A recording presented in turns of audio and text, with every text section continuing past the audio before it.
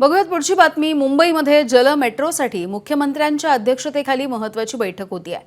राज्यामध्ये आतापर्यंत 125 किलोमीटरची जलवाहतूक सुरू आहे आणि येत्या काळामध्ये आणखी 215 किलोमीटर जलवाहतूक सुरू केली जाणार आहे। जलवाहतुकीसाठी 11 नव्या मार्गांवरती 24 टर्मिनल उभारले जातील।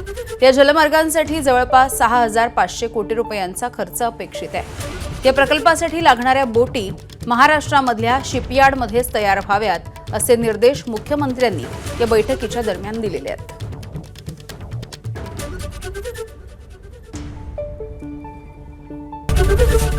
एबीपी माझा, उघडा डोळे बघा नीट।